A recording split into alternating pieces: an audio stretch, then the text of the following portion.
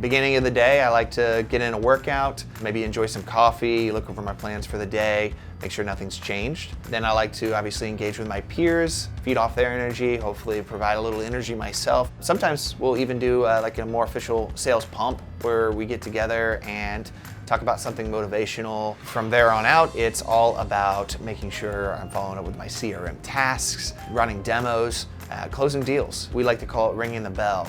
It's really easy to let the grind kind of overcome you, and then your day becomes reactionary instead of planned and organized. So the best thing to do is to pre-plan tomorrow today, whether it's blocking out areas of my calendar for dedicated activities, or just making sure that before I go to sleep the night before, I know what I want to accomplish the next day. I think it is important to have a good tool set in any sales position, as long as the tools are helping towards the goals. My CRM dashboard is very important. I know what I have in the pipeline, what's coming up, how I'm performing. I use a scheduler. I think it's really important to make scheduling time with me incredibly easy and accessible.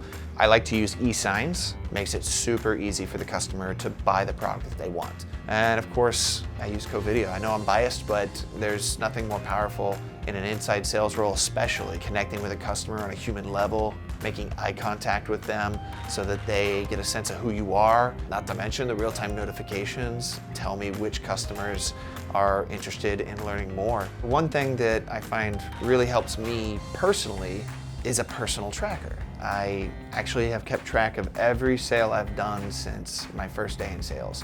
So I know where I started, I know how I've improved and evolved over time. What did I do last month? What did I do last year this same time? Am I at least improving on myself? I feel like a lot of times in sales organizations, you can kind of be pit up against a quota or up against your fellow peers, but I don't like to compete against them per se. I like to compete against myself. I think quotas are important, especially as you get into a role, but as you start to evolve as a salesperson, I think it's more important to realize that you can live by a quota and therefore die by a quota, because once you hit it, you might stop. You might catch yourself being complacent or okay with just hitting the quota. But if I'm focused on improvement, then typically I blow by my quota. The quota is a great place to start, but I'd rather do better than my quota.